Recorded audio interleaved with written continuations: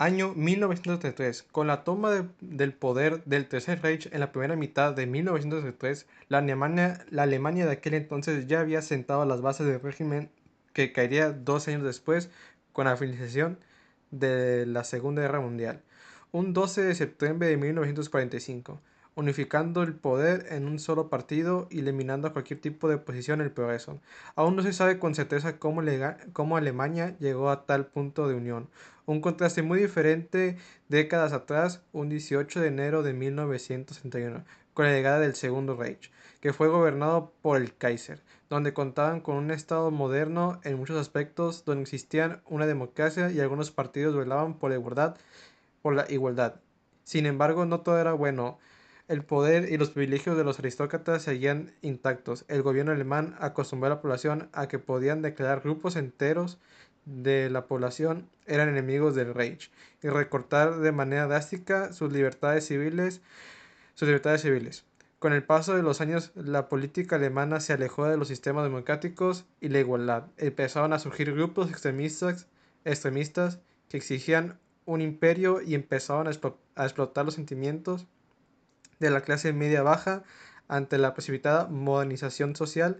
Dichos grupos encontraron un objetivo fácil ante la minoría de judíos en Alemania, los cuales para los antisemitas era el origen de todos los males.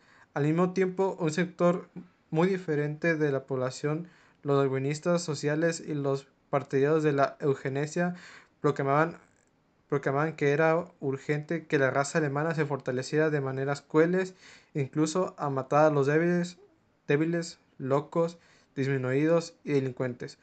Todos estos grupos eran minoristas y el odio contra los judíos era escaso pero estaba presente. Todo esto cambió con la Primera Guerra Mundial. Consecuencias desastrosas. Debido a las indemnizaciones por los daños causados, la caída del imperio de los Habsburgo, la caída de la economía internacional y mucho más. No fue años después de la enorme caída económica que pudieron parar la inflación y reanudar el pago de las indemnizaciones. Aún así, la Alemania seguía devastada por los estragos de la guerra. La clase media estaba fragmentada por grupos de intereses opuestos. La caída del Segundo Reich, el exilio del Kaiser seguían siendo golpes duros para Alemania, que resentirían con el paso de los años.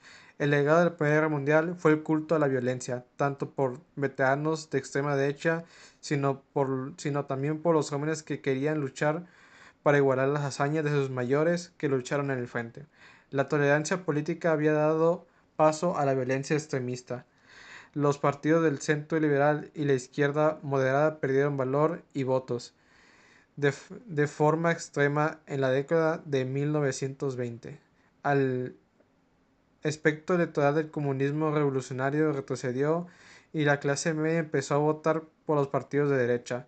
En 1919 existía una gran variedad de extrema derecha, pero en 1923 se desmarcó uno de ellos, el Partido Nacional Socialista Alemán de los Trabajadores, liderados por Adolfo Hitler, un artista fracasado que poseía un gran don para atraer a las masas con su gran carisma. Su partido era el más dinámico, violento y mejor organizado. Gracias a la gran confianza que se sentía, realizó un golpe de estado a Múnich, el cual fracasó, y Hitler terminó condenado y encerrado.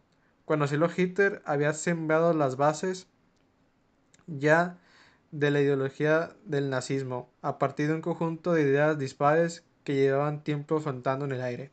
Hitler y el partido nazi no tuvieron una gran relevancia política hasta la década de 1930, donde el crack de Wall Street se llevó por delante la economía alemana y surgieron muchas disputas políticas de cómo enfrentar dicha crisis. Gracias a esto, muchos partidos fracasaron y se derrumbaron.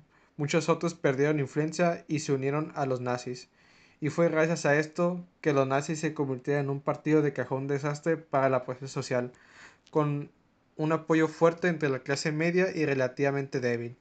Con la inminente amenaza de los nazis como partido político, el ejército vio esto como una oportunidad al ver el nuevo panorama político y poder liberarse al fin de la democracia de Weimar e imponer una dictadura militar que rechazaría cualquier trato y rearmaría el país para una nueva guerra de conquistas.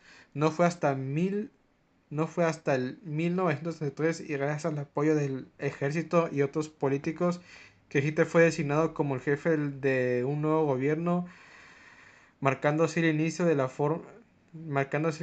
la toma de poder del partido nazi.